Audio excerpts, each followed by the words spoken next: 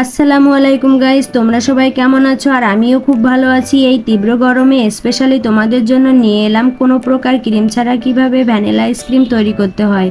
তো একেবারে সহজ পদ্ধতি শিখাবো, ভিডিওটা না টেনে শেষ পর্যন্ত দেখতে থাকো। তো আমি এখানে নিয়েছি আধা লিটার দুধ, একদম খাঁটি গরুর দুধ, আগে থেকে জাল করা রয়েছে। এরপর নিয়ে নেব কর্নফ্লাওয়ার, 2 চামচ কর্নফ্লাওয়ার নিতে হবে। আধা লিটার দুধের জন্য 2 চামচ কর্নফ্লাওয়ারই যথেষ্ট। তো কর্নফ্লাওয়ারটা দিয়ে ভালো করে চামচ দিয়ে মিশিয়ে নেব, কোনো প্রকার গোটা গোটা থাকলে হবে না। এরপর নিয়ে নিচ্ছি 10 টাকা দামের 2 প্যাকেট গুঁড়া দুধ। তোমরা যদি চাও এর থেকে বেশি দিবে গুঁড়া দুধ আরও ভালো। তো আমি 2 প্যাকেট দিয়েছি। তো দুধটা দিয়েও খুব ভালো করে মিশিয়ে নিচ্ছি, যাতে কোনো প্রকার দলা দলা না থাকে। খুব ভালোভাবে মেশানোর পর এরপর দিয়ে দিচ্ছি চায়ের কাপের 1 কাপ চিনি। তোমরা যদি চাও এখানে কনডেন্স মিল্ক দিতে পারো, আমার কাছে ছিল না তাই দিলাম না। যদি দাও তো অনেক ভালো, না দিলেও কোনো সমস্যা নেই। তো চিনিটা দিয়েও খুব ভালো করে মিশিয়ে নিচ্ছি। এরপর দিয়ে দিব ভ্যানিলা। যেহেতু আমি ভ্যানিলা আইসক্রিম তৈরি করতেছি, ভ্যানিলা তো দিতেই হবে। তো আধা লিটার দুধের জন্য 1 চামচ ভ্যানিলা দিতে হবে। তো আমি মেপে মেপে 1 চামচ ভ্যানিলা দিয়ে দিচ্ছি।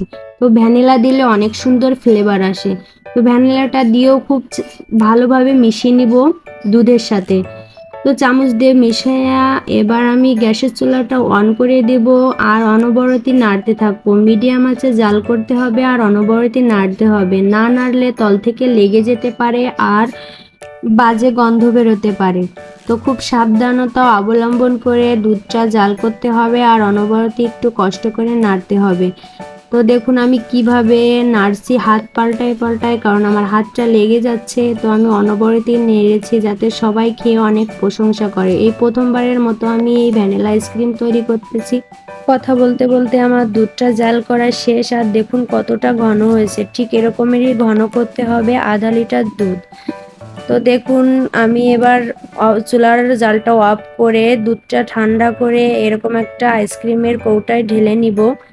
তো হাঁড়িটা এখনো গরম আছে তাই একটা ন্যাকড়া দিয়ে ঢেলে নিচ্ছি। তো ঢালার পরে আরও 2 মিনিট মতো রেখে তারপরে 3 থেকে 4 ঘন্টা রেফ্রিজারে রেখে দিতে হবে।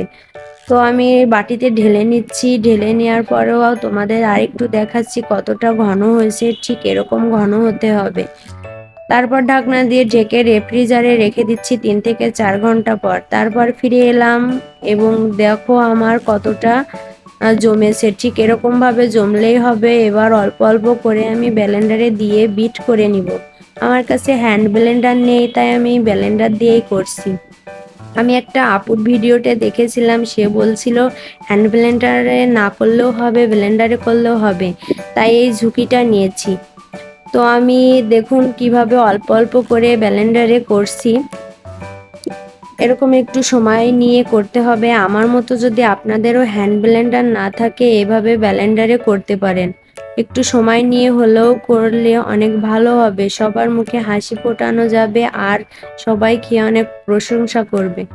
প্রশংসা শুনতে কার না ভালো লাগে? বাড়ির সবাই যদি বলে বৌমার হাতের এই জিনিসটা ভালো হয়েছে, আম্মু তো আমার এটা ভালো হয়েছে, তো অনেক ভালো লাগে নিজের কাছে। আমরা বাড়ির বউ হাজার কষ্ট করে হলেও সবাইকে ভালো কিছু খাওয়াতে পেরে নিজেকে ধন্য মনে করি।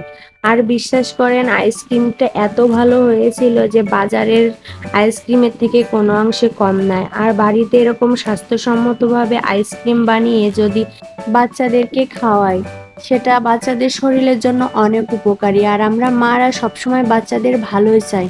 তো দেখুন একদিন পরে আমার আইসক্রিমটা বের করলাম।